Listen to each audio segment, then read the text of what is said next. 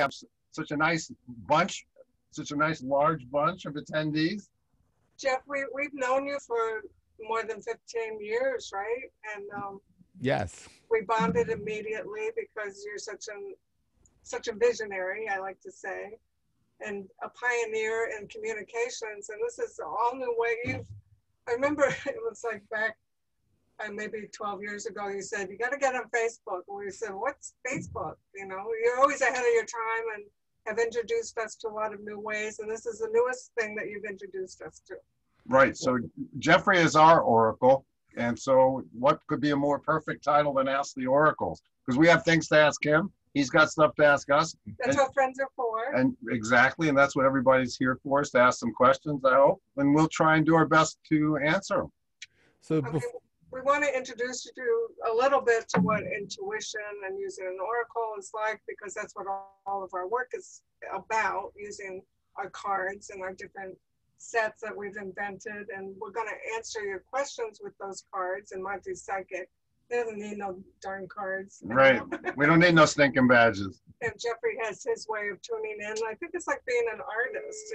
Each way that we utilize our intuition, it's almost just like artists, different ways that we see and can feel. And some people do it with little movies. Monty, don't you see sort of little movies?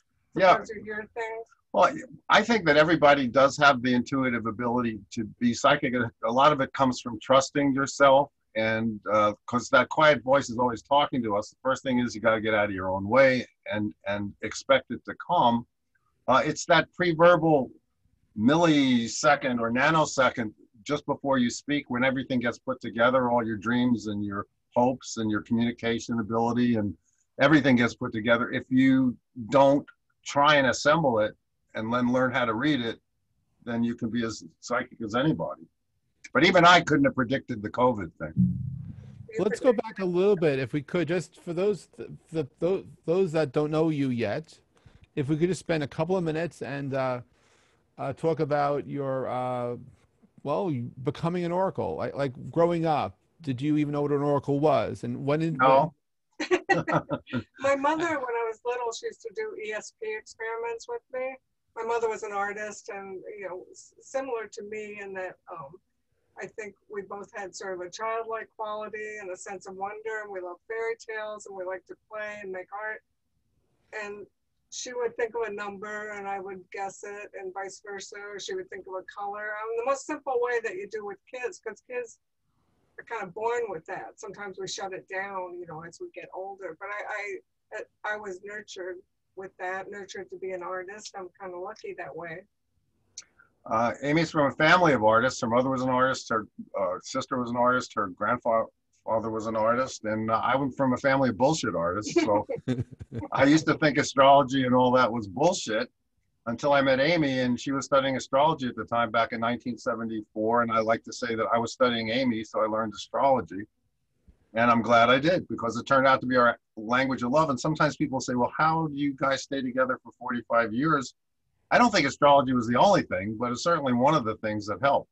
Well, astrology is like psychology. Exactly. It helps you understand other people, helps you understand yourself and the cycles that you're going through. And our oracles came out. Monty's first oracle was Karma Cards, which was based on astrology. It came out in 1988. And that was with Penguin Books. And the first printing was supposed to be 15,000. And then that was the year that Nancy Reagan was discovered to have used an astrologer. And the first printing went to 45,000. It's been in print since 1988 in a few different ways. We have about 12 books. We have our own shelf in every Barnes and Noble store if they ever open up again. And I think some of them are open. Some of them are open. And the top shelf of the spirituality bay section is supposed to be our books, but of course we're at the mercy of stock clerks. And then I was asked to do the Enchanted Tarot, which has been out for 27 years. And it's a combination of Monty's writing and my artwork. And that's how we collaborate together. We invent different tools and different ways that stimulate your intuition, the artwork. When you use the tarot, different parts of the picture speak to you. You learn the 78. We make it easy to learn. And the oracles are basically like the tarot. Think of the tarot not as the spooky Oh, I don't even know how to start, but think of it more as the world's first search engine. You shuffle a card, you think about something, you pick the card, and then you have to figure out, just like Google, that's not what I asked. You know, you got to figure out what it's trying to tell you, and that helps you to sort of stretch your mind. We're going to demonstrate and answer you guys' questions Yeah. a little bit. Before, just one setup question, Monty, is you said that when you when you met Amy, you were not necessarily living a life as an oracle, Oh no, I was a musician, and and you were a really, musician. really And I was just high curious, also. when did you find the courage to step into your power to realize that you had this ability to see? Well, growing up with the family of bullshit artists, my father was a New York City police sergeant, so you can imagine the conversations we had. I remember I had a prophetic dream once, and I saw Amy When you were 14. when I was 14, and I saw myself, as we do a lot. We watch television, I massage her shoulders, and I'm spoiled. the purple hair and the whole thing, and I came down. Plus, at 14, when I hadn't even been out on a date, I had the feeling of being in love with her. Wow. So I came into, my father was reading the Daily Mirror or whatever in the kitchen, and I said, "Oh, I just had a dream about the woman I love." And he's like, "What do you know about love?" You know, so you have to have the courage to deal with. I guess it's because I raised myself. After realizing that astrology had something, I personally, from growing up the way I did, I don't give a shit what anyone says. Period. So if I think it's Aquarius, right, right? well, yeah, Lauren, right? Aquarians. Yes, yes, you're right. I'm not as strong as you are, but you're right. Well, Party. it helps to be 6'3" and 240, but I don't really care. So I would do astrology at parties out here in the Hamptons, and people would say, "Oh, it's so much fun. I wish we had a way to do it when you weren't here." So I invented karma cards, where I took all the meanings of the planets, the signs, and the houses, put them on file cards so that they would make sentences. When we licensed it to Lifetime TV, they called it the slot machine of fate, and and it made 6 different sentences. And so anyone can read like an astrologer does, which is a planet in a house, in a planet and a sign in a house. It's like a pizza with 12 slices. So anyway, so that's how I did it, and it's sold. I guess that gave me more confidence to keep going, because we've now done over 50 books in 18 languages, and we're going to silence this. Sorry. So I thought I did think silence it. the more you practice, the more you experiment. It's really sacred play. It's fun to use oracles and cards, and it puts you in the moment. And especially now, we need answers, and we all have questions. And the ritual of doing it kind of helps you step aside and see what answers you get, because that's our higher self that guides us. Great. All right. So that was, thank you for the setup, because I just wanted to set the stage. So in some ways, everyone in this room, these rooms, very well may be oracles and don't know it. For sure. Right. And people who and everyone's an artist also. That's the whole point of Ask the Oracles, and we just did something called the Creativity Oracle. I don't know if you could see this. I think people are interested in these kind of things. They're sensitive people. And when you're sensitive, you feel energy. You feel energy from other people. And we're always reading the signs and symbols. And I think one of the reasons we've done well with the business world, because we represent ourselves, we don't have an agent, we don't use a lawyer, is because we think of people in the business world or doctors or whatever as artists. Because if you're good at, we always thought of you as an artist ever since we first met you, Jeffrey. Jeffrey, you've had to make, how do you feel that you make decisions of what to invest in or what to develop? I mean, I just see it, I feel it. And so I follow the intuition, I follow the flow. I don't second guess. I learned not to second guess myself. That's so really important. The first, I learned a long time ago from a friend of ours, Dr. Jerry Epstein. He said the first voice is right, the second voice is wrong. Right. And so hearing yourself and having the confidence to let yourself be you is sometimes hard, but once you're there, you're there. And so for me, it's understanding that I have a direction, I have a path. I stopped asking people for what they thought about my ideas. I just went with them because I realized that a lot of creativity, a lot of invention happens because no one else sees it. Maybe you're reinventing what is the obvious after you do it. But at that moment, right, if you're simply looking for something, the people you're talking to may not agree with you, and why should that be the reason you don't extend your creative self to manifest what it is that you see that's needed? So, and sometimes the people that are going to stop you are the people that love you the most. They're going to try and stop you because they don't want you to get hurt. Yes. So they'll be like, you know, we've had people that love us say you can't make money from the book business, which, and I can see what they're talking about, but you can. It's just harder, you know, than some other ways of making money. In our creativity book, we have 11 stepping stones, and one of them is to have a dream. And that's the very beginning of an idea, and it can get squashed. You know, if somebody says the wrong thing or a hurtful thing, and you don't pursue it then. I'll tell you that my own business life in the 90s when I worked on Wall Street for a period of time, I've worked for myself most of my life, but I had a short period of time I worked for somebody else. And in 1994, I had this idea for web-based email, ultimately what Hotmail did. But I asked my peers whether or not they thought it was a good idea or not, and they said no. And then a few months later, I asked somebody else, what about doing online mortgage brokering? What do you think of that idea? And someone else said no. Right. And what I realized, I needed to find new friends. I needed to find new people for sure. to go to.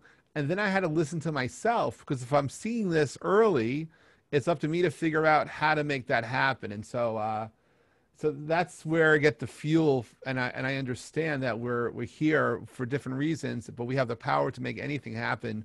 We just have to get out of our way sometimes. We have to open up that flow and be comfortable doing what we feel is the right thing.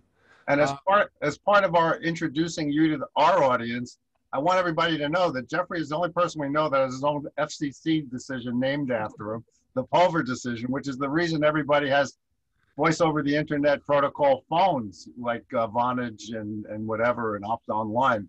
That's Jeffrey. Jeffrey had the vision, you know, started off as a ham radio operator, right? I'm still a ham operator. I'm actually more active today than I have been in 30 years. But I had this idea that we should be able to communicate, and I took a lot of the ham radio principles growing up that I had, and I applied it to the internet back in 1995, and I very accidentally, if you call it an accident, launched the first phone network on the internet. And then after things went commercial, all of that, I had a vision. I literally had a vision that I was from the future, and this is in 2003, and I had come back to fix the future. And that's when I went to the lawyers I worked with. No wonder we get along. And I said, okay, we have to ask for regulatory clarity that voice communication that starts on the internet that doesn't touch a legacy phone network, that should not be regulated as telecom. And it took about a year. No one told me it was impossible to go to Washington and get anything done in a year, but not knowing that, I realized it manifested on February 12, 2004. This Pulver order was issued by the FCC, which provided the roots for everyone not to be regulated in the telecom space. And you know, it came from a dream. It came from a message received, and I just did it. And it's helped change the way the world communicates. And so I'm grateful that I had the courage to go out and make it happen, as well as to everyone behind the scenes that actually helped make that manifestation real. So I would like to start going to questions from our group of people that are gathering, because the numbers are growing. I do want to lay down the ground rules for questions. One is that these questions are public, so only ask a question that will be shared by everybody. So no private questions, no questions about health or politics. And be prepared to receive the answer. Sometimes we ask questions, but we don't want to know the answer, and that's hurt. So you have to be prepared. They don't know until they hear it. Right, but it's be open, right, to receive. So in the chat, if you have questions to ask the oracles, please take time and post your questions in the chat, and my sister Lauren will be selecting and answering be reading the questions. Okay, so we have a bunch. We have a couple questions already. So I'll start with the few I have. I'm going to stay off camera just because I have to keep reading. And no problem. Okay. So question number 1 is from Joyce. Okay. I feel energized and drawn to my creative processes even more than before. How can I manifest my writing of a new book and my illustrations and paintings and take it to a new level? Okay. Okay, I got the Eight of Pentacles, which is the master craftsperson. So it says you're ready, Joyce. This is the master, and you're such a great artist. So I think you have a great idea, a perfect idea. This is the next level for you to embrace that you are on the level that you want to be. And I got... Monty's doing the Creativity Oracle. I was doing our Enchanted Tarot. So this is the innovation card. It's a new idea. It's something that you haven't done yet. So I wouldn't say it's not a book like you've done. It's not art like you've done. Read what it... Right. And all the art on our cards is Amy's fabric collage art. And the Creativity Oracle has details from some of her bigger ones. It says, have fun and experiment. Inventing something that surprises and has never existed before. So, Joyce, I know you're an Aries like me, and we like new things. So I think, maybe it's a project that teaches other people how to have fun, like we do. Or have fun inventing whatever the heck it is. Yeah, really, just play. Right. So I guess also when you get the inventing card, it usually means it hasn't been done yet. Not only hasn't it been done by anyone else, it hasn't been done by you. So it's something that you have to invent. It's not there yet, so keep going with it. Do you have anything to add, Jeff? Yes, one of your cards had part of it. I would say the other part is to get out that for Joyce to get out of her own way. Always. To basically let the idea come in and grow, and then she could allow it to grow into where it needs to be. If I felt that there was something blocking some of what the process is, she knows what she wants to do, and she can visualize what it will be. But sometimes we just have to step aside a little bit and let it flow, and then she can embrace the flow as it manifests together. Because there's so much involved when you have a project. Are you doing it to make money? Are you doing it for recognition? Or is it in you and just has to be born? I mean, there's many layers that we have to examine in ourselves. But I think Joyce is very spontaneous as an Aries, so she should just play and let it come out, and it'll be what it's supposed to be. Okay, we should go on. We should keep moving. We got a lot of questions, right? Lots of questions coming at you. Okay, here's another one. This one's from Melinda. Okay. Hey, Melinda. Wants to know where I will be more creative, in our house in Pennsylvania or New York City on a more permanent basis, and what direction should I be taking for the future? Well, Okay. I felt better about the house in Pennsylvania. Oh, you can't go wrong, really. Yeah, Amy got two really good cards for you. I'll hold them up. This is New York, and this is Pennsylvania. Wait, this is New York? Yes, this one's New York. So there you're the Queen of Wands, the social queen. Well, I think you're very fired up because they're both action cards. They're both inspired. This is like new inspiration. So there's no stopping you wherever you are. See, because here you'd be like reborn, a new person. Because the Ace of Wands is all about piercing the veil of illusion. It's funny, when we asked about how this show was going to go, we got the Seven of Hearts, which is all about Maya, illusion. So this is piercing the veil of illusion. When this got printed, the printer said, I can't print that. It's too hot of a color. So since this is Pennsylvania, there's some sort of new beginning. I don't know if you have to build a new studio or something that's going to inspire you. Right, because aces in the tarot mean new beginning. But since they're both so strong, I think maybe you're going to go back and forth and back and forth. Yeah, I guess it's saying, wherever Smokey wants to go. We love your little kitten. So, I picked for the creativity card. Well, I'm trying not to block Amy. Visualize. Can everybody see that? Okay, good. And then I'll read what it says. This is the art on visualize from one of Amy's tapestries. When we develop our abilities to visualize, we can manifest maximum influence on our experience of reality. Now, Melinda is a super visualization person. Another Aquarius. Another Aquarius, another Leo rising Aquarius. And she's a fashion designer, we happen to know. You're good at visualizing, but she also does your quantum affirmation. So that's what I think about what you really want to achieve, whether you're in Pennsylvania or New York. Well, you said you wanted to be more creative, right? Right. Well, there's Melinda. Hi, Melinda. Hi, Melinda. Hi, Bernie. The thing with what Amy mentioned, quantum affirmations, and I'll try and make this really fast because this is something that can benefit everybody right away. We were good friends with lots of people who have written books about affirmations. My quantum affirmations, the difference between mine and all the others is that when you visualize, see the negatives, because a lot of times when people do visualization, they'll see the negative. I'm going to win the lottery. Oh, all the relatives are going to come out of the woodwork. And that stops the whole thing instead of seeing that the relatives are going to come out and say, that's what's going to happen. And just accepting it, letting your subconscious know that it comes with the territory. What you want is going to have positive and negative. And well, so for example, Melinda, moving back to New York, right. There's some negatives with that. Like I suppose in Pennsylvania too, you're apart from all the good things in New York. Right, and the thing about having two places, the negative is, where did I put that? Is that in Pennsylvania? Where are those shoes? Yeah, really.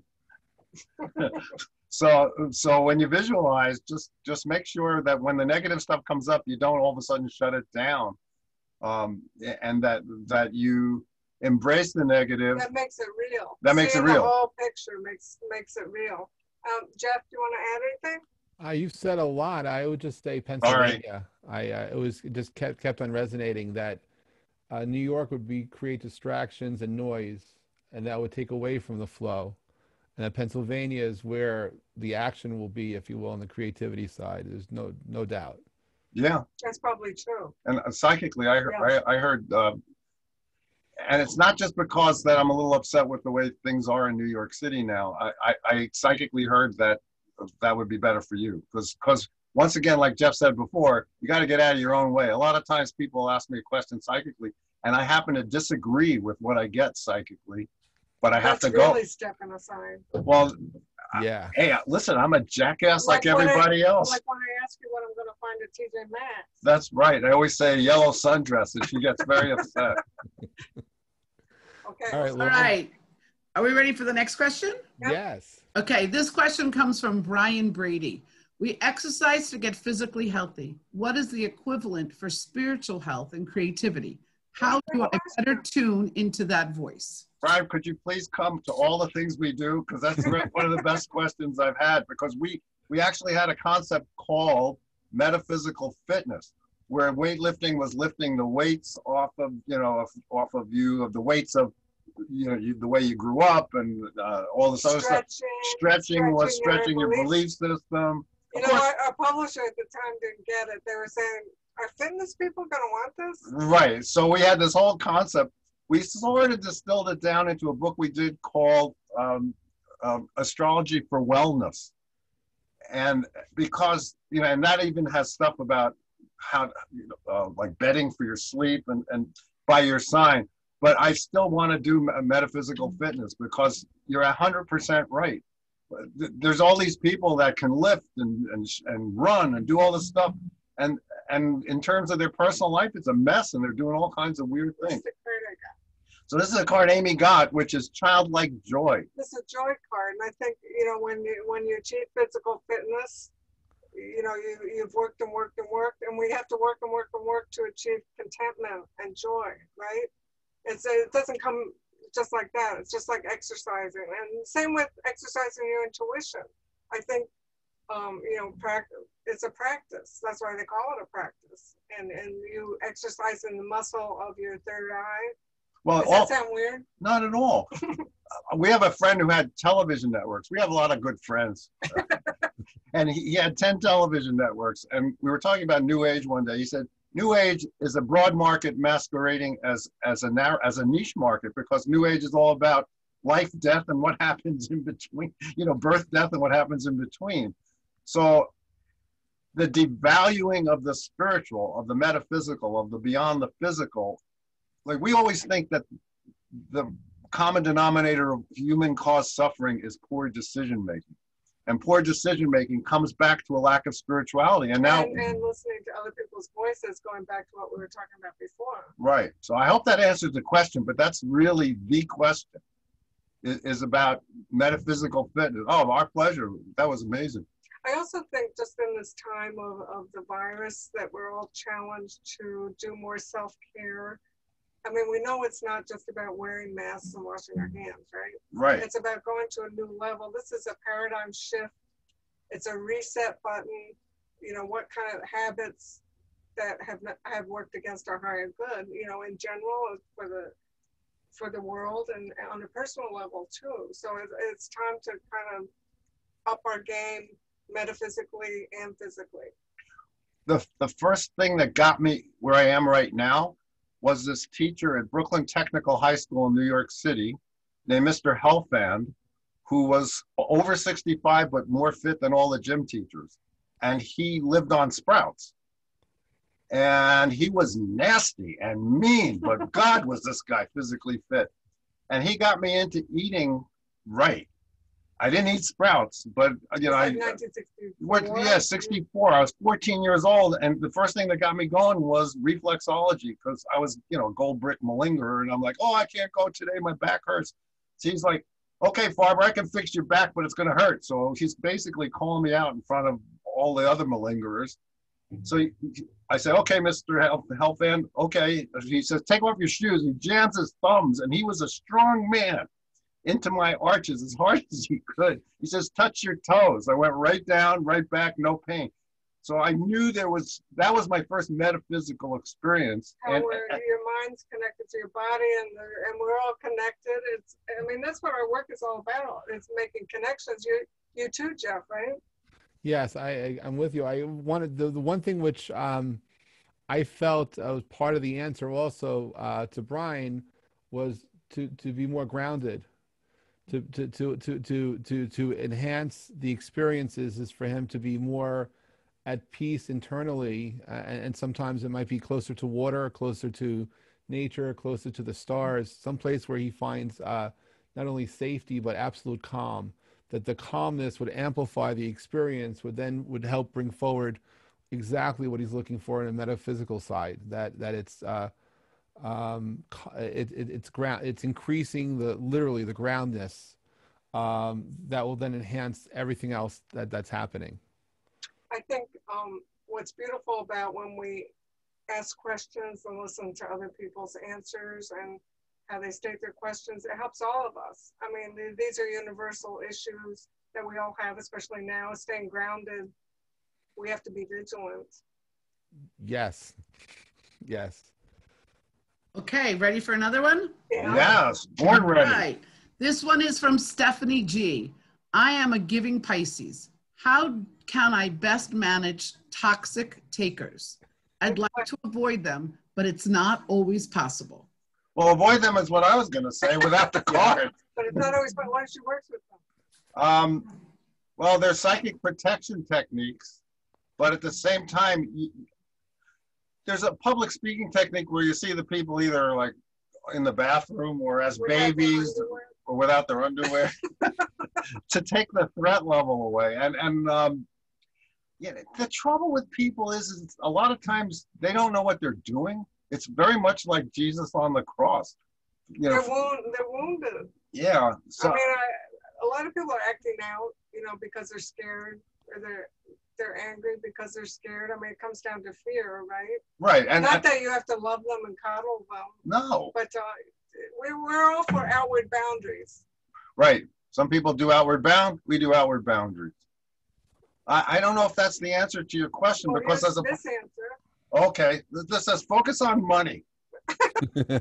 Just get the job done. Yeah. It's all about the Benjamins.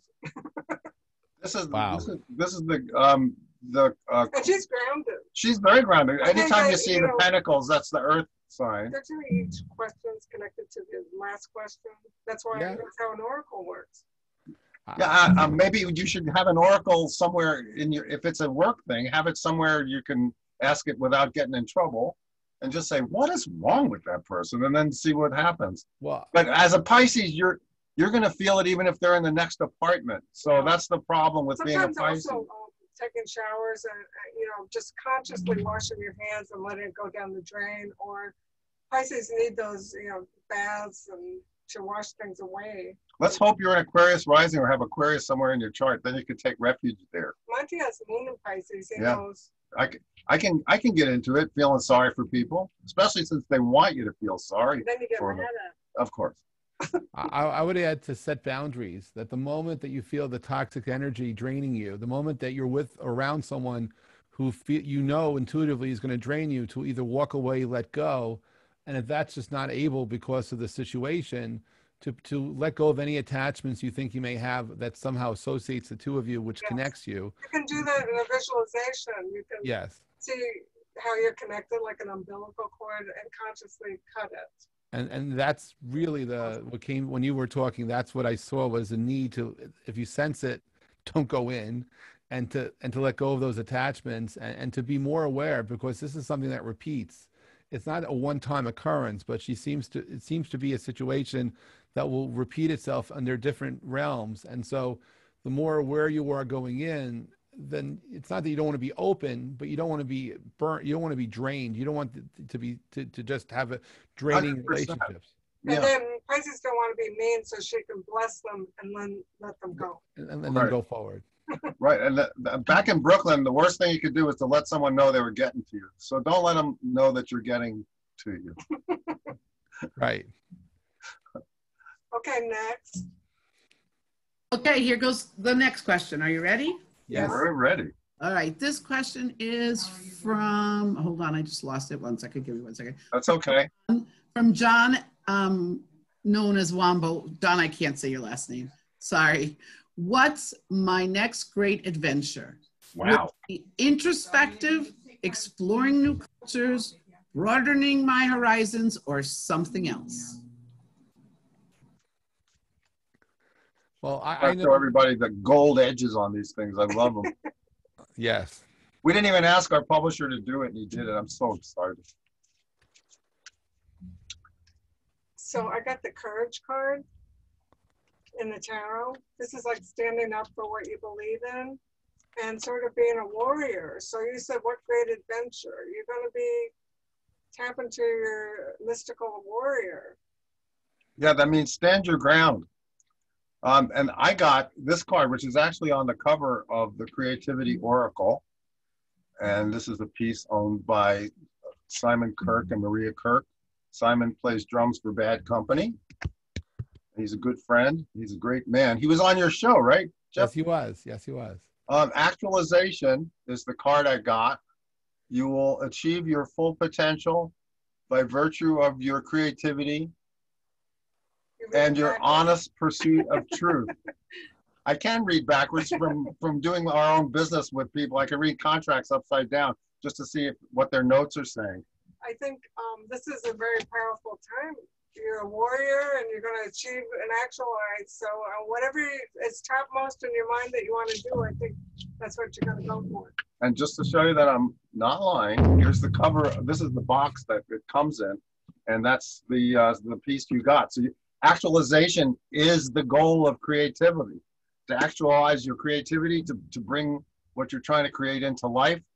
So you got some good cards. You're ready. Get out there. I would just what are you doing watching this show? No, don't go. I would just add, but I do know you, so it's a little unfair. But I would say that this time around, you're going to not go with what's easy. You're going to go with what you want to do. You're going to go with what you know you need to do that you've been holding back on.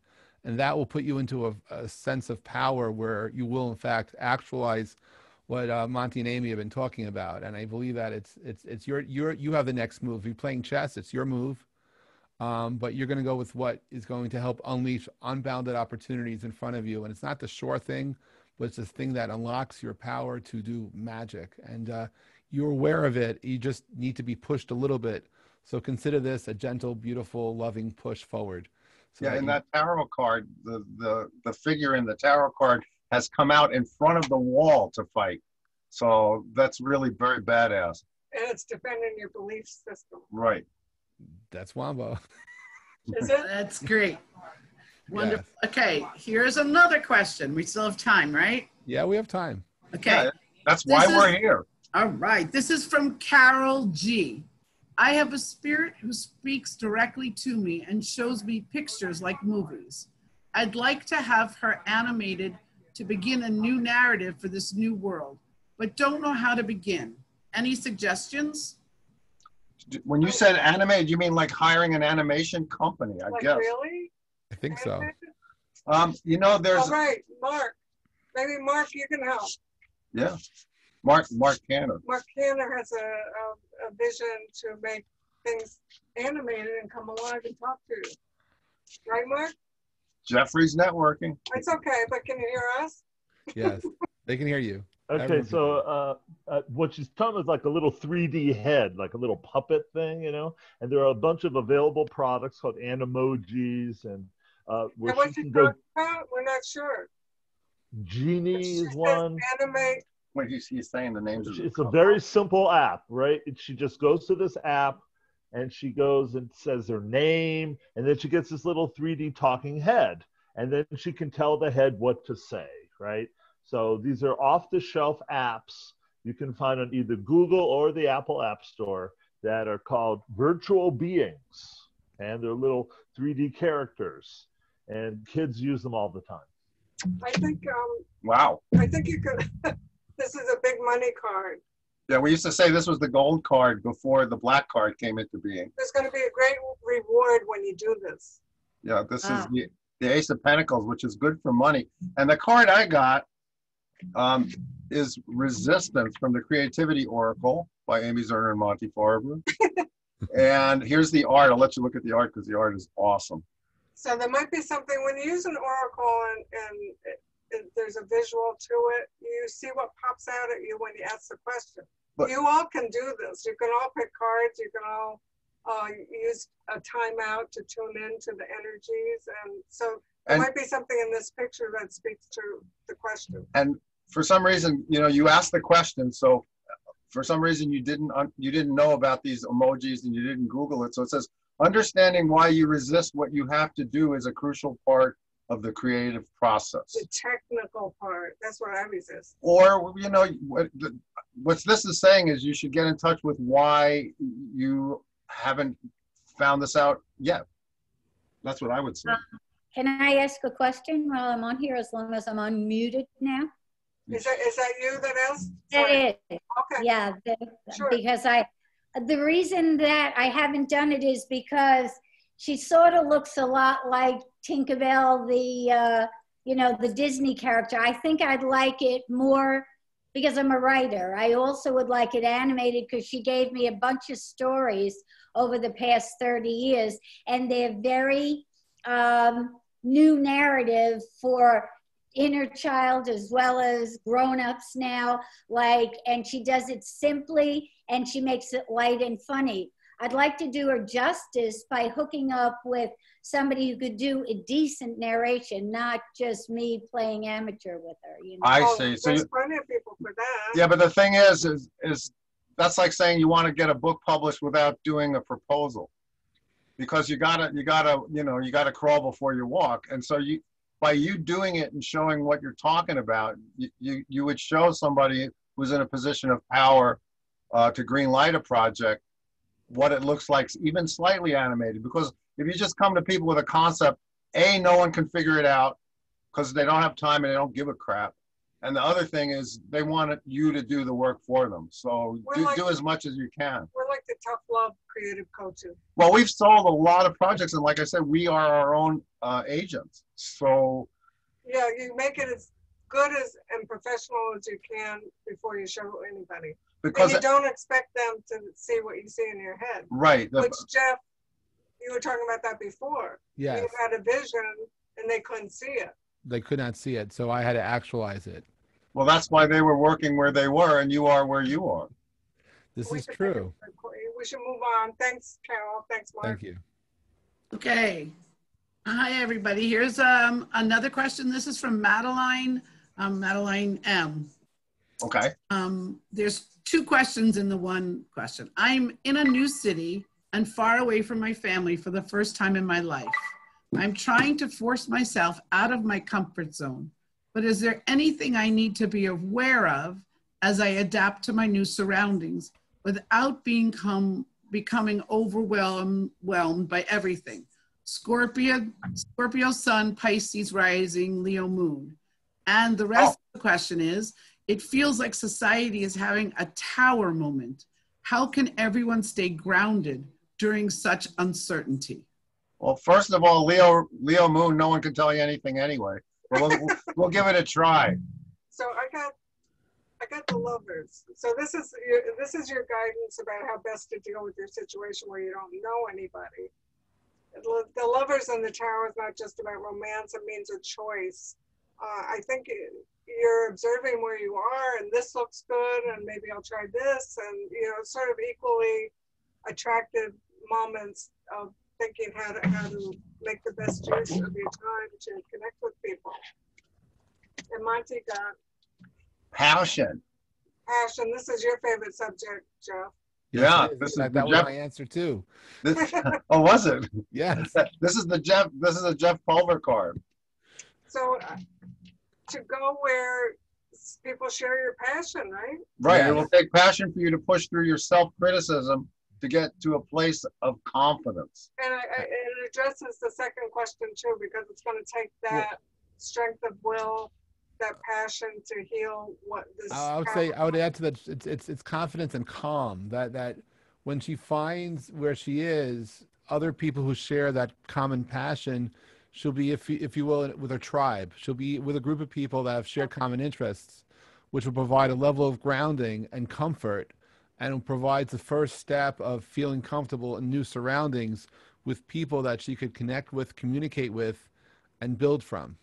And she's talked about the tower moment. The tower in the tarot, think about the World Trade Center coming down. It's something that you've looked at your whole life, and all of a sudden it's not there anymore. And so, but actually, we were talking about this yesterday as we were getting ready for this show, all the three of us, that the whole COVID thing has pushed the future up, has brought the future forward. Which everything would have happened anyway. Things would have gone more online. People would have been more forced to confront themselves. Yes, it's like going from first gear to fifth gear. There's a lot of grinding in between if you're just going to go from 1 to 5. But that's just basically what we've done. And I'm not downplaying the fact that people get sick and die, which is horrible. Financially challenged, but that's the tower. The star card is what comes after the tower. That's the healing after there's a crisis. So we all have to be healers. We were talking about that the other day too. We have to tap our inner healers, either whether it's just the people that you live with, or like I know Judith works with people in nursing homes. I mean, a lot of you that are attending this are healers, and I think that's how we can all passionately get out of the tower time. And the only answer to that is the first rule of warfare, according to Colonel Clausewitz, which is make your base secure. Everybody has to make their base as secure as they can, and you got to start where you are and just make it so that you can endure. Because your body is your base. Right, because this really happened. Astrologers have known for a long time that this period was coming, because January 12th, the planets Pluto and Saturn got together for the 5th time since the time of Christ. And every time Pluto and Saturn come together in the sign of Capricorn, there's a paradigm shift. The last time was when Cortez destroyed the Mesoamerican civilization through the illnesses that the Spaniards brought to the New World. I mean, it was Kublai Khan saying everyone in China is now a Buddhist, you're not a Confucianist. It's that kind of paradigm shift. We've known it was coming, but we didn't know what it was, how it would manifest. So I've been telling people, make your base secure, because you got to be able to deal with the unknown. And the only way to deal with the unknown is to make your base secure. And also, you were talking about astrologically, it's a time of tribes being created. Yes, you said the word tribe, Jeffrey. It's true, because I've come to the conclusion that Capricorn also has to do with tribalism, because the whole world seems to be I don't know if it's evolving or devolving into tribalism. I mean, here we have a tribe right now. This group, we have 3 screens worth of people who are interested in asking the oracles or just thinking about oracles. Probably interested in self-development. Self-development and learning how to make better decisions. Because think about it. If you're in a bad situation, a decision before now probably could have kept you out of this problem, whether it's, you know, oh my God, I shouldn't have come down this street, or I shouldn't have done this, or I should have zigged when I should have zagged. So learning how to become your own oracle, which is what all our books are about, is do it yourself, you know, because we're busy. So that's what I think the tribe of that we have here, it then goes out and helps other people make better decisions. Sorry about that. I just Next question. No, it sounds going. good. We're going? Okay. The next question we have here is, I'm so sorry, I just lost my spot. I don't blame you after that diatribe. Okay. This is for our friend Dean L. What will be the result of the writing, which is of a novel, that I'm busily working on? Well, I think you're going to sell it. Yeah. I'm so dyslexic. Well, no, this thing is completely weird. This is the Princess of Pentacles, which if people are more familiar with the Rider-Waite Tarot, it's not a princess, it's a Prince of Pentacles. Pentacles have to do with money, things of the earth. This is a woman who plants the seeds, gets her hands dirty, loves the flowers. I think it also means it's time to send it in. It is time to send it in, and it might be time to send it in a way that makes you less money than you want, because it's not the King of Pentacles. The King of Pentacles would be the big money. Well, publishing is challenged just like all business now. And I got truth. Which must be sort of what the theme of the book is. Probably. Well, it's an honest desire to know and speak the truth produces beneficial results. So I think it does amplify what Amy said, which is get it out there. Because if you have the truth, you got to speak it. Oh, and the art for the truth is awesome. This is Hypatia, right? Hypatia was a genius. A real person. She's the last of the Neoplatonists, and she met a terrible end because they were so misogynistic in those days. But she had all the magic that was from the old days, and she was also an incredible mathematician. But she spoke her truth, so you got to speak it. Where's Dean? Where's Dean? He must be on screen number 2 or 3. Dean? Does that make sense? Is your book about truth? He might be muted, you know. It's okay. Oh, he's right there. It's a historical novel about truthful events. Yeah. So it's true. Yeah, and it spans 3 generations, which is it's massive. Well, The Godfather did pretty well. Yeah. It's an idea that started in 1980, and I resumed it a few months before the pandemic. And the pandemic has arguably been a gift to me to write it. Oh, writers love it, yeah. Yeah, so it's been really very good. And I'm consumed by it. I wake up in the middle of the night and start writing stuff that comes to me. That's the passion we were talking about. Right. Yeah. So I think maybe it's almost ready to send in, right? Well, I need to do more work before I could do a treatment for it, but yeah. It's, Wait a minute. That's the hardest part for an artist, is to know when the thing is done. At the very least, you can get it to an agent. That's true, but it is far from their there. truth bends, believe me. And believe me, they're going to take their time, so you might as well get it going some way. And keep working on it while it's there. Right. Yeah, I would need some guidance on how to do that. I don't know how to do that. To get an agent? Well, yeah, even to prepare it for You know an what? agent. My advice is look Yes. in a bookstore of a similar type of book and look in the book and see who the editor was, and Right. who the publisher was, and at least that way you narrow it down to somebody to pitch it to. And I don't know if they're having it this year, but there's something called, well, it used to be called the ABA, but it's the BEA, Book Expo America.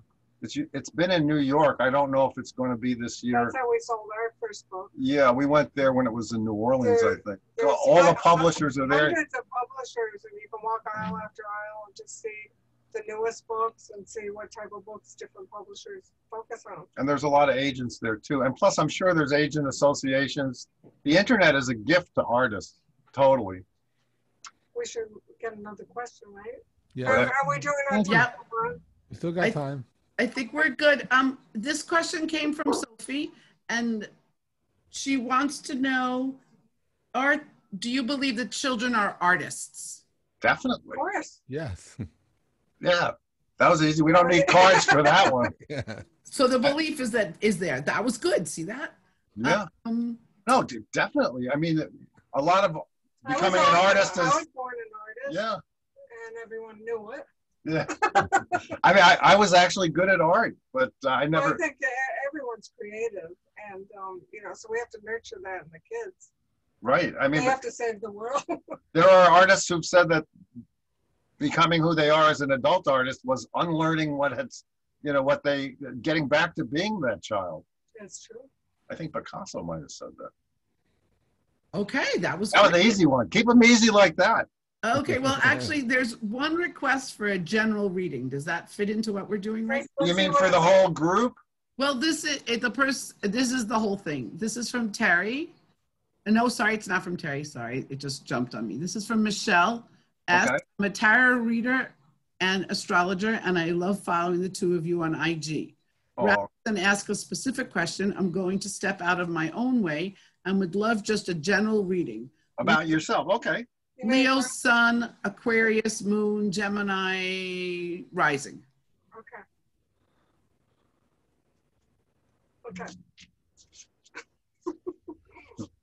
Okay, this card means you're reconsidering something and you're a little moody lately. No crying over spilled milk. Don't put your energy into thinking, I should have, I could have. Yeah, this is the I should have, I could have, I would have card.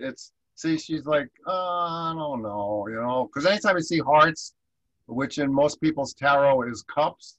I think you're in an emotional time. I mean, this is what the cards want to tell you, and it's good sometimes to just check in with the cards and what do they want me to know right now? Right, it's like a spiritual Google. So here's what I got. You got to push through that, right? Yeah, you got to push through. You got to keep pushing. I think that there's a general people have COVID lethargy now. It's like enough already. So maybe people aren't as motivated as they were. We got through. Right. We stopped the curve. Oh, I got to be a poet when I wrote this card. Push, don't feel inadequate. Forget how to quit. Push on no matter how things look. I'm a poet and I don't know it. I hope this helps, Michelle. Keep on pushing. Listen to that song, Move On Up. That's a great song to get you going. What's his name? I just remember the song. It just came. Where's Judith? Judith knows every song. Move on up. Oh. Next question, Lauren. Sure. This one's from Andrea. She says, I'm creative and in business and wants to know what business would I focus on? Well, that's a good question. Creativity. Let's see if we can do that. Well, I heard helping, but let's see what that means. Parties. Whoa. Whoa. Party planner. This is the celebration card in the tarot. If you get the 3 of cups or the 3 of hearts. It also, to me, means a tea party. So, I mean, just riffing on it, it could be tea. Something with tea. But it's definitely a party, and I know I know who she is. I think you're that kind of girl, right? We all need to gather together, whether it's Zoom parties. Well, I tell you, this actually is the same thing. This card is, innovation. So Which have is also fun. A new way to do it. You got the 2 fun cards from the 2 decks. Have fun, experiment, inventing something that surprises and has never existed before. Which is interesting this time that we live in. We have to invent new ways. And I think I've seen so much entrepreneurship filling in needs of what can be done now. So Andrea, when you say what business, I think it's something that doesn't exist till you do it. Jeff? I was just, the only thing I had in my mind was to start. That whatever it is, to not hold back. Right. And to do what is there that she sees. And not to be judgmental as far as what it is, that no one will get it, but to actually make it happen. And that will give her the fuel to move forward. And that's coming from someone who starts a business every day. Okay, here's another question. This is from Terry G. I am a Capricorn. I have been in the technology market for 30 years after being a singer in my first career. I am ready for a change. I'm also planning to move to Italy. Any direction? Okay. Well, that's east from where I am. Just kidding, just kidding. I got the world part. Oh, wow, that's so appropriate.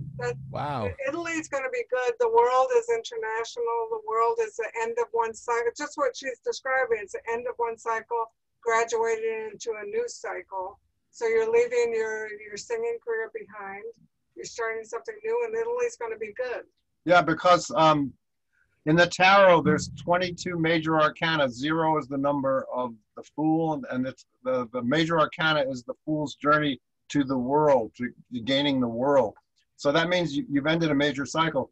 Anyone with Capricorn in their chart has had a very difficult last few years because, as I said before, Pluto and Saturn came together there. Pluto's there now. Jupiter and Saturn are all there now again. And it's very difficult for them because overwhelming forces. It sounds like what you're doing is a good idea and will connect you to these overwhelming forces in a way that you can do stuff. I got 3 cards that I've already gotten, so it's actualize your passion. It happens a lot. And by the way, I just pulled the passion card myself on this. Oh, Jesus. That's crazy. Yeah. Wow. So obviously do what you're passionate with and don't waste your time doing anything you're not passionate about. A good message for all of us. Yes. Well, that's true. I mean, if you can afford to do it. But we designed the Creativity Oracle for anybody in any business because there are ways to even make a living staying where you are right now and then working towards something. Well, I also think doors open. You know, you're pulled in this direction like a magnet. I love to do this. I love to make art. I mean, for me, doing that kind of led me into the fashion business also. Yes. Because in an unexpected way. So we don't always know how it's going to work out, but as long as you're following your heart, like Joseph Campbell always said, follow your bliss and doing what you love. I think I saw a question from Gio come on about luck. And I think it was Thomas Jefferson who said, I'm a great believer in luck, and I find the harder I work, the more luck I have. Now, I don't know if he really said that or if it's one of those internet quotes or what, but it makes a lot of sense because it's opportunity meeting preparation. So do what you can, because the way Amy got into being exclusive to Bergdorf's for 20 years was putting her art on the back of a jacket so she wouldn't have to explain to people what her art was because it's all fabric. So she would just turn around and say, I do this. And then someone said, I can sell this. And that person was a personal shopper for Bergdorf's. She went into Bergdorf Goodman. They said, yeah, we'll take it. And she's been there exclusively for 20 years. Now we need Bergdorf's to come back. Right, Irina? I think opportunities are all around us all the time, and it's up to us to kind of fan the flame to make them bigger, to make them grow. And even in this challenging time, there's opportunities for us to plant seeds and make new things. A lot of people are getting the message to do something that's never been done before. Right. Wow. There's a question from Will. Will R. Well, you've been patient, Will. You've been very patient. You were in here from the beginning, from Maui. Right. So here it is. It's lunchtime there by now. Aries Sun, Pisces Rising, Leo Moon. What do I need to know about my new paintings? Leo Moon, once again, can't tell you anything. Ooh, I get chills. They're magic. Oh my God, this is great. I got the Wow. magician. So I think, like the writer was saying, this has been a wonderful time for writing. I think this has been a wonderful time for you making art. And you're into something magical and you feel like a magician, which is bringing all your skills together. The magician represents skill. So, and also, you know, since you're an artist, you know, sometimes, so dyslexic. Oh, There you go. To see the colors, if they, you know, speak to you about this question, or if you see something, but I think, you know, it can be some magical element that only you know, because we can't see what you're working on. You know, it's interesting. The card I pulled for you is introspection, but it's kind of a similar figure. he looks like a magician also. And it says, introspection is often necessary to deepen our awareness of the unity and divinity of life. And I know that's what your art is about anyway. So I hope that answers your question, because it's really good answers. You know, we have some bad cards in there too, in the tarot too. You're getting very positive answers. Yeah, everyone's but getting some good ones. Intense, like, do it. Shut up. Yeah. That's our tribe, the do it tribe. Just do Amazing. Amazing. It is amazing. We have time for another? Yeah, we do. We have about a half hour left. Okay, great. So people know what comes next. And we're going to be back next Monday, right? We are. Yes, August 31st. Show as long as we can. Yeah. Right. As long as we can. This question is from Wendy, but I need to find Wendy. Hold on one second. You ask, Wendy's not. I see Wendy. Wendy's here. No, I know that, but because Wendy, she said she would be better reading it herself because. But is she a voiceover person? I don't Somebody know. looking for a voiceover person. That would be great. Well, you know what? I'll take Wendy in the next question because I got to find her in order to unmute her. So give me 1 second and I'll find another question that's been waiting for you guys. I'm so impressed that we've had 3 screens the whole time. It's so nice. I know. Okay, this is from Camille K.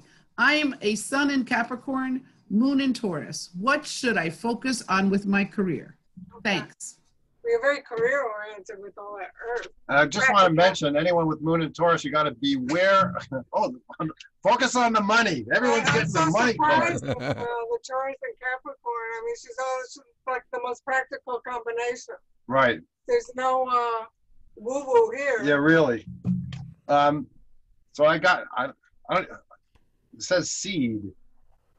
I'll let you look at the art because the art's awesome. The seed is like a little cherub just planting. Right. Seed. Having the intention to grow like a seed and bloom is at the heart of creativity, and go for the money. So that means you're an artist with business. Right. Which we like to think of ourselves as that. Yeah. And we are. Does that make sense wherever you are, Camille?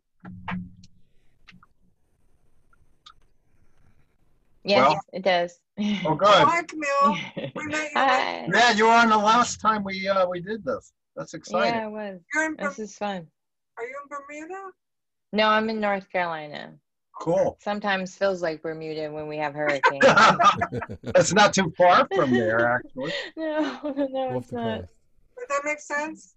No, it does. It definitely does. Go for the money, girl. Okay. Telling you, we love the gold cards. You think big. I think you would, with that indication in the cards and your chart, you must think big. Yeah. Okay. As long as you don't cope with stuff you shouldn't cope with, because when you have the moon in Taurus, there's a danger that because Taurus is all about showing people how strong you are, showing yourself mainly how strong you are. So there's a tendency to stay when you should go, to keep going on something when you should stop it. That combination mulls things over. Right. I have Mercury in Capricorn, so I know that. You have to really want to see the clear picture where it's going to take you, step by step. But sometimes, I think you got it, because you got the big gold card. We love the gold card. What can I say? Thank you. Thank you so much. That's great. It's our pleasure. Appreciate it. Yeah, the good answers are easy. The harder ones, well, I've gotten a death card 1,000 times, that kind of thing. No, I don't have. Makes sense to me. Yes, it's true. We haven't gotten that today. We don't take the bad cards out. I just want people to know that. Actually, we were the first people in the history of the world to sell tarot cards on national television because we were on QVC and Home Shopping Network, and we did not take out the bad cards, and the host got all of them. As an artist, when I designed the deck, the swords are the most challenging cards in the deck, and I did those first to get them out of the way. And it took me to a different level as a human being to kind of embrace disappointment and frustration and all the things. I mean, I'm a bit of a Pollyanna, or I used to be. No, you are not. Until I embraced all the swords. It's all a part of life. We know it well, right? Yes. Not that we're trying to embrace the The sword. they come whether you want them or not. You That's know? right. But the meaning, the lesson. Yeah, the lessons. Luckily, we. Wendy is ready, so she's open and she can ask her question directly because it just was long and. Wendy. Go for it. We don't see her. When So- she starts to talk, she'll come up on your screen. I say, I wanted to say it's an honor to finally meet you in person as opposed to or messaging you. You guys are amazing and just so generous to the world with your time and energy. so What's that? we said that's so sweet of you. Thank you.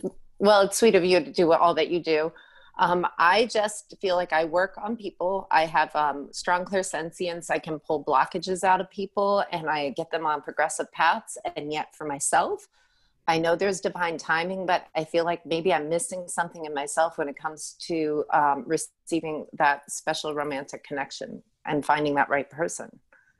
Okay, let's see. And I see 222 everywhere, like license plates and like likes and comments, billboards, passing things all the time. And I don't know what that means. I can't believe, you know. Why is everyone getting the gold card? It's not like we have a whole deck full. Well, I think in groups, sometimes we have this shared lesson to learn, you know, as a collective. You should look up in the book what the reward card means. Okay, so I think you're going to be rewarded. Basically, your question about love, I think it's imminent. And listen, it's a new beginning. You know, the aces are always new beginnings. It's the 21st century. Are you asking about meeting a man or a woman or someone who identifies as a male or a female? Can you be specific with that, or you don't want to be? You don't have to. I'd like to be a man. I'd like to meet a romantic male partner and settle down well, finally. there's your problem in a nutshell, because there aren't too many men. Is the problem? You know, I don't mean to offend the guys that are watching this now, but a lot of boys. There's a lot of boys. To me, the male role is written on the side of every Los Angeles police car, which says to protect and serve. And if more men were into that, instead, macho is designed to protect your family. Being macho, being that the aggression should be outside. It should not be facing into your partner and your children. And plus, a lot of guys. Oh my God, I can't believe I'm going to say get this. them started. This is a subject, because people are like, Monty, why don't you write a book about guys? I'm like, because they won't read it. That's why. and the other thing is Andrea Dworkin, who hated guys, but she said something, and I have to agree with her. She says most men are looking for a hole to jerk off in, and I'm sorry to be that. You're right. But you're right. There's no. When I read that, I was like, she hates me, but she's right. What can I say? Yeah. So that's your part of the problem. But Amy's now going to read what reward is. Well, I mean, looking at this card, I wonder if there's something in you that needs to attain a certain level of financial security, or to prove to yourself, you know, in your own business, to make you feel like a whole person before you attract that mate. Because it's all about attaining the level of power. And here's the interesting, we have an enchantment for each card, which is like a little spell to reinforce the energy. It says, open your outstretched arms to the universe, affirm with conviction. I deserve to be rewarded. I accept my worthiness by accepting these gifts from Mother Earth. So it's like a ritual to welcome what you deserve. And I got a very lovely card, but it's called Obstacle. Do not dwell on how you're going to surmount obstacles presently in the fact that there's no good men, like you said? There are. I'm not saying there aren't. I'm just saying the squeaky wheels get the grease, or don't. And this is the art for that. But when I had a psychic intuition about the money card, don't be prejudiced against people just because they're rich. The person that might be for you might be someone who's very wealthy. Maybe not have their spiritual.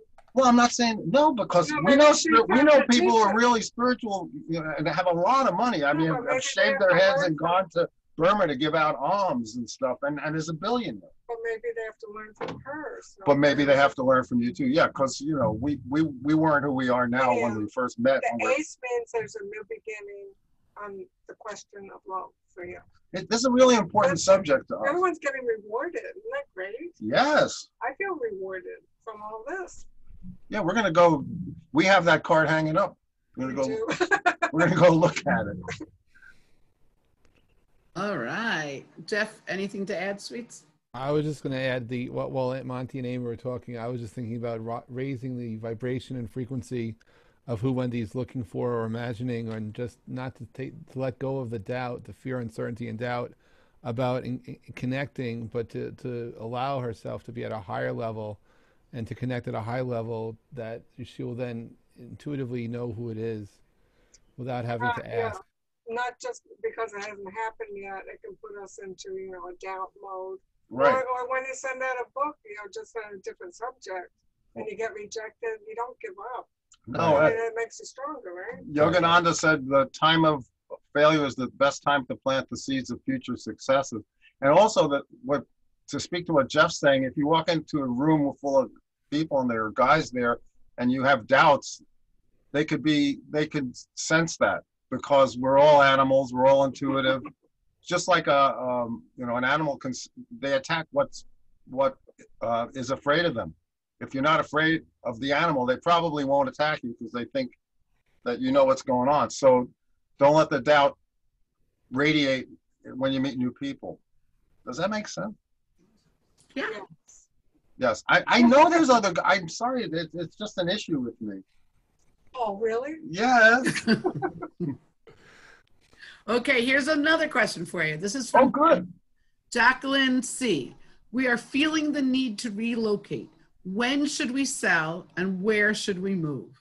Okay, we like to put a time in the question. So I'm going to say, should they sell within 6 months?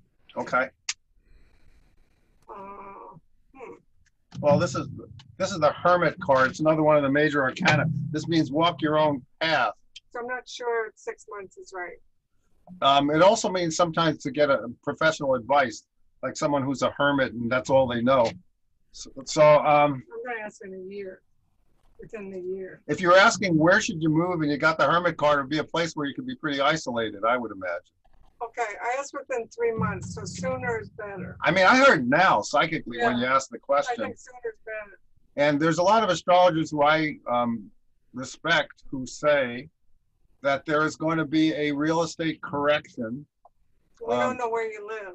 Right. I mean, it's like we live in the Hamptons, so the real estate's going to stay steady here because there's so many people coming out and trying to live here permanently. But I think if she puts on the market, she's going to sell fast. Yeah, things are selling out here especially, but in other places too. Hope that helps. Where's the market? What market is it? But I heard now for what. It's interesting because Monty gets it psychically and we see what the cards say and we see what Jeff says, and because we're all connected, we always get the same feeling, right? We describe it a little different. Yes. Yeah, we were wondering about doing this. There's a major company that's infringing one of our trademarks, and we were thinking about suing them. And then we asked all our friends who are psychics and astrologers, and they all said the same thing: don't, because they'll just grind you down. It'll take forever. And which brings us to sometimes it's hard to read for yourself. Right. Which is why we're reading for you. Right. But that's why we make things so you can read for yourself. All right. So Monty and Amy, we have 15 minutes left in the scheduled time. If you want to do 1 or 2 more readings, we probably will go through the time. If you wanted to empower our guests to connect and meet each other for a few minutes, we can do that.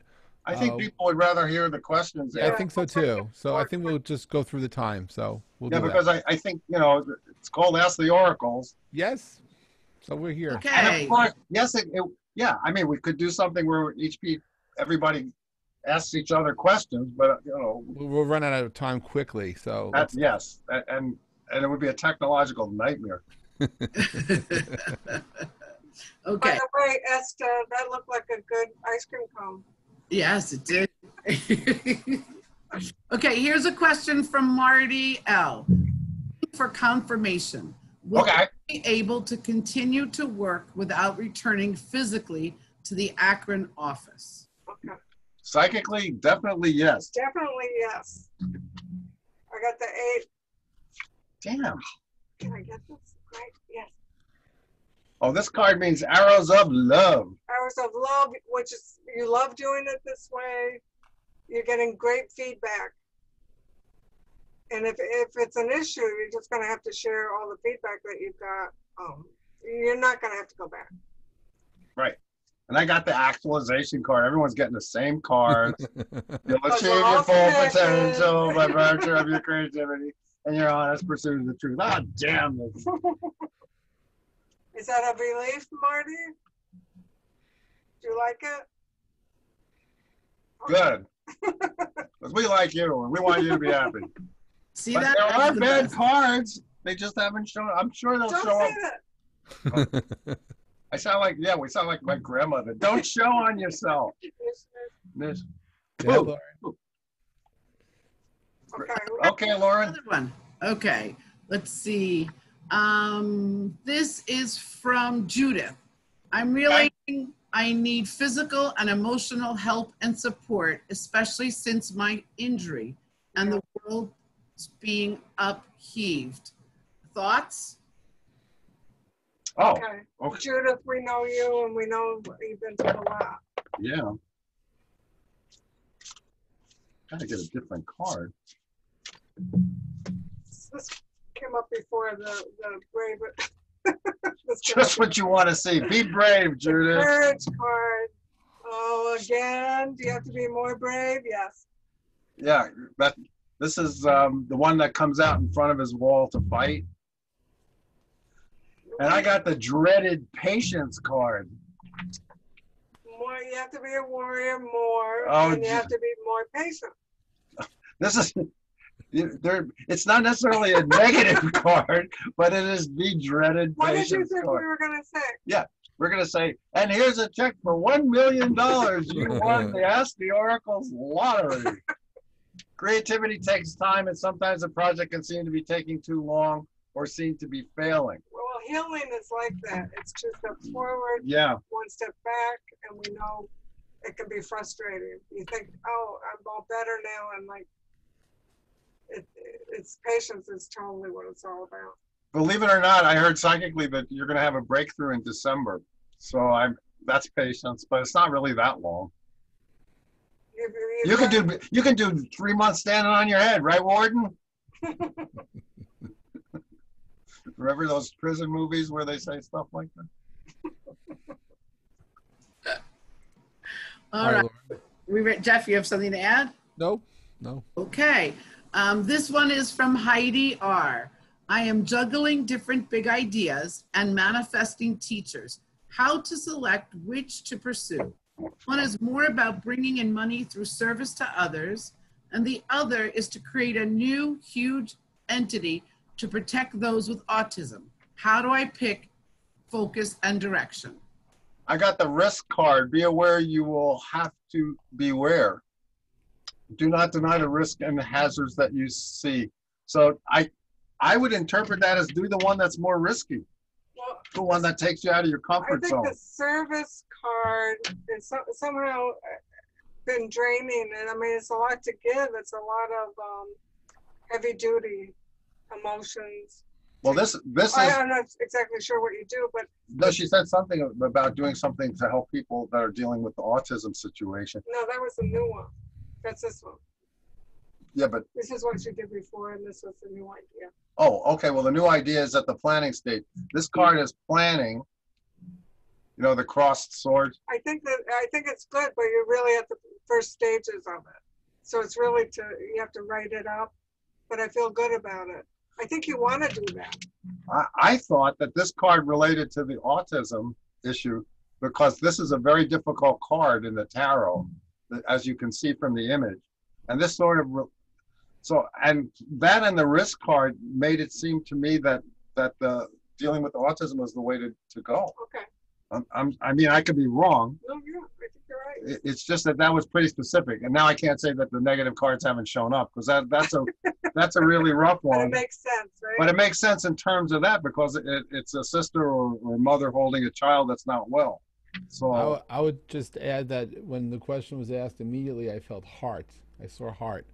That it should be what she does should come from the heart. Wherever she feels aligned, that she's working from the heart out.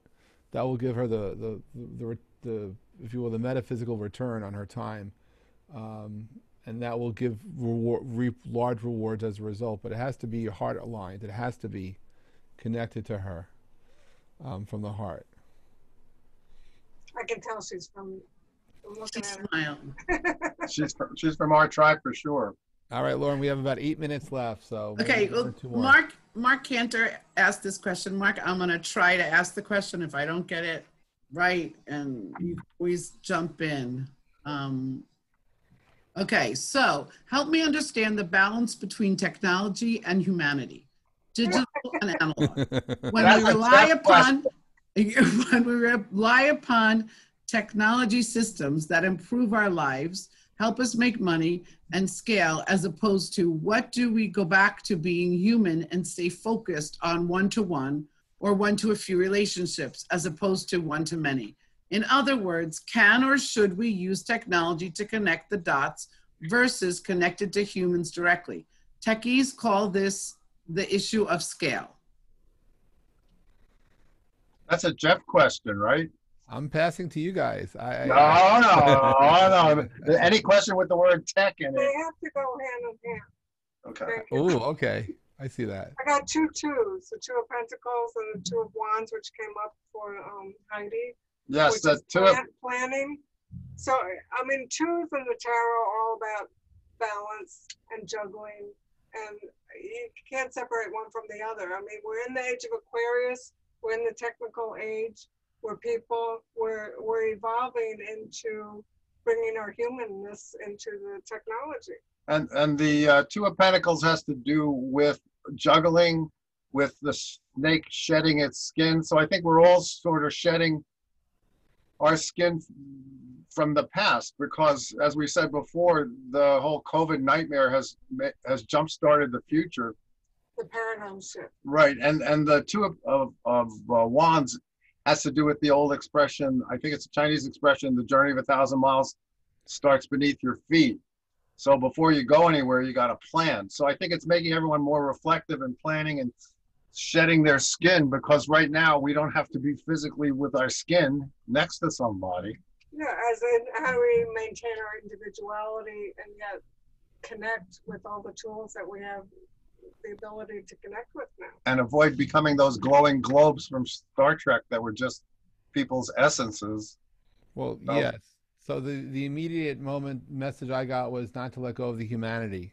That no matter whatever technology we absorb, that we may consume, that we're part of, that we have to allow the human spirit to flow through and not to be blocked, and that we need to allow the irrationalness of things we don't understand to continue to be, that we can't pre-program everything, and that we need to allow the human spirit to thrive, not be blocked and not be threatened, that we have to be accepting of the future, but not forgetting about who we are in the process.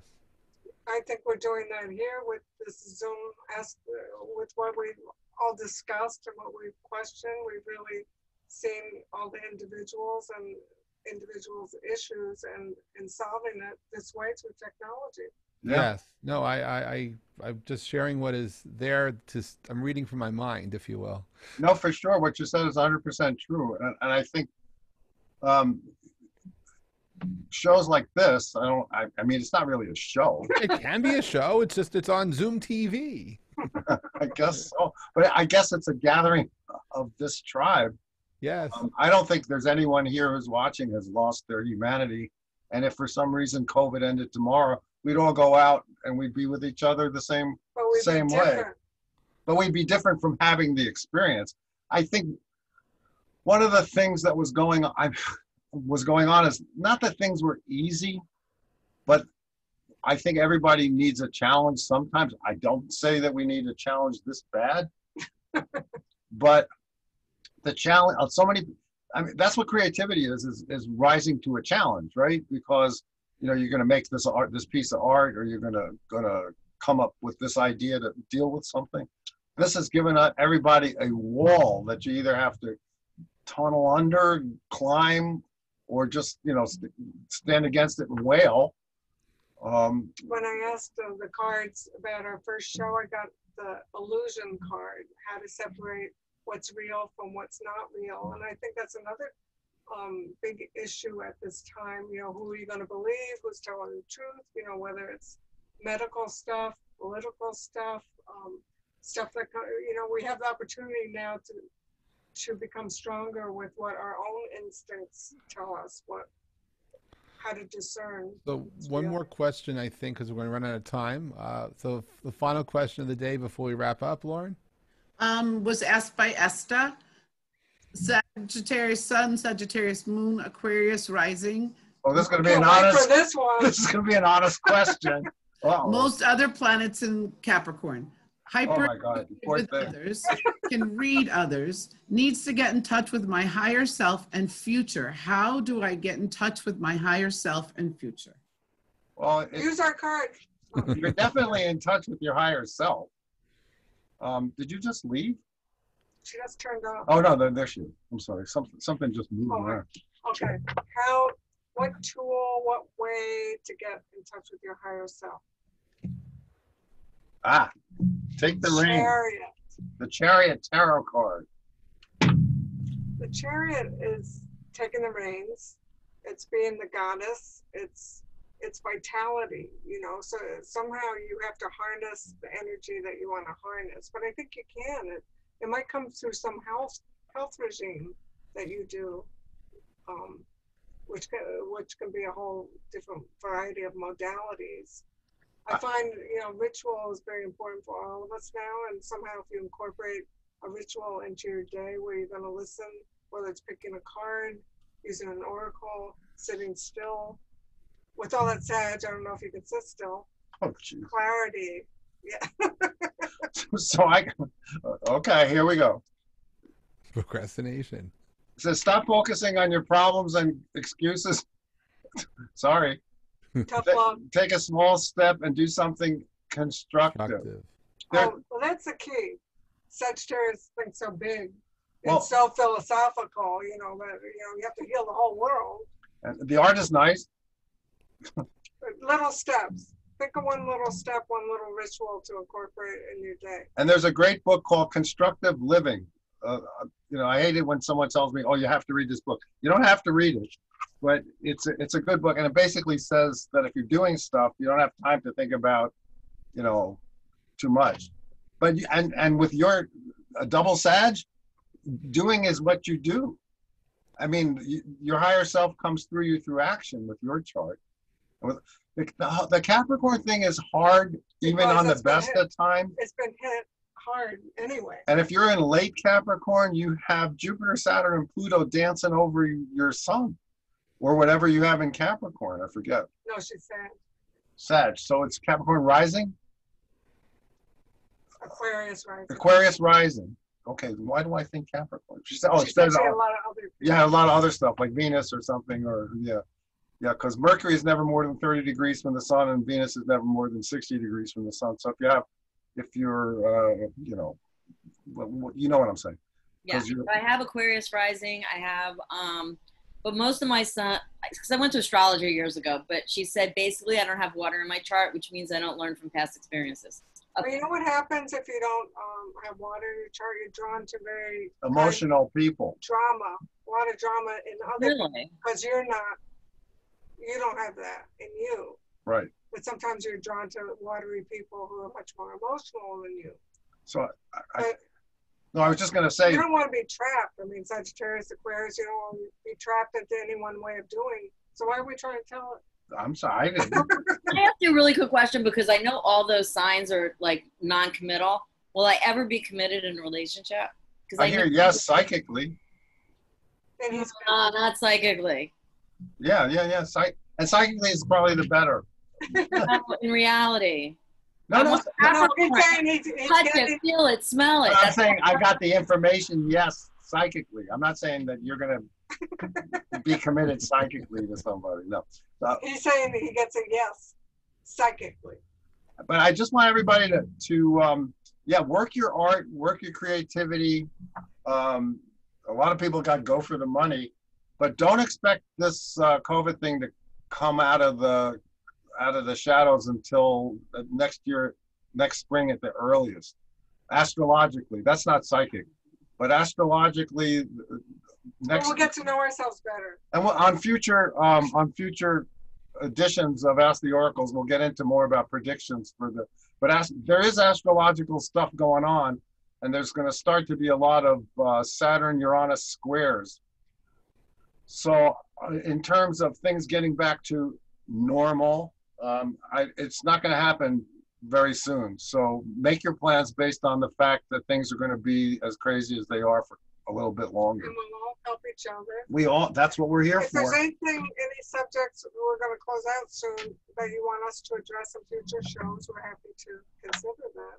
Yeah, and I'll try and stay away from my thing and about sorry men. for people that we didn't get to the questions. So maybe next week we can do you. Yeah. You can complain in the chat. It's all Lauren's fault. That's right. It's all me. But if Lauren does great. Oh, thanks, Esther. Lauren did a great job. Yay, Lauren! Oh, yay! A lot of clapping. I love it.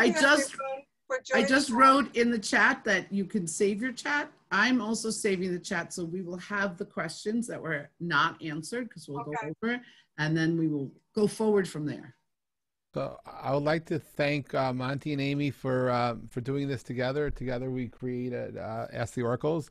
I'd like to thank everyone who's had the courage to ask a question. And I'm really grateful for the opportunity to launch this. So this will return. Thank you, Esther. And really thank you, everyone. And a week from today, August 31st, our next show. Same bat time, same bat channel. And really thank you, Monty and Amy. Without you, we could not do this. And for those who don't know where to get your stuff, not that I'm looking to plug, the Enchanted World or anything, but nothing wrong with that. But where could they actually get your stuff right now? Well, if there was any bookstores open, our website, our website, The Enchanted World, or you can just go to amyzerner.com or montyfarber.com. It'll get you to our website. theenchantedworld.com or net or whatever. And we're on Facebook. And there's one of Amy's earrings that Joyce is holding up. Dreamcatcher earrings. Joyce has one of everything. Yeah. So, yes, I mean, we do have a lot of things. We're closing in on 3 million books in 18 languages. Wow. Since 1988. And yeah, we're excited. Hey, Susan. Oh, hi, Susan. I didn't see you before. Listen, Jeff, thank you so much. It's so fun to work with you, and we'll do more next week. Bye, everybody. Look forward to next week. Thank you both. Thank you. This was fun. I got chills. Thank you. Thank you. Bye for now. Thanks for joining the show.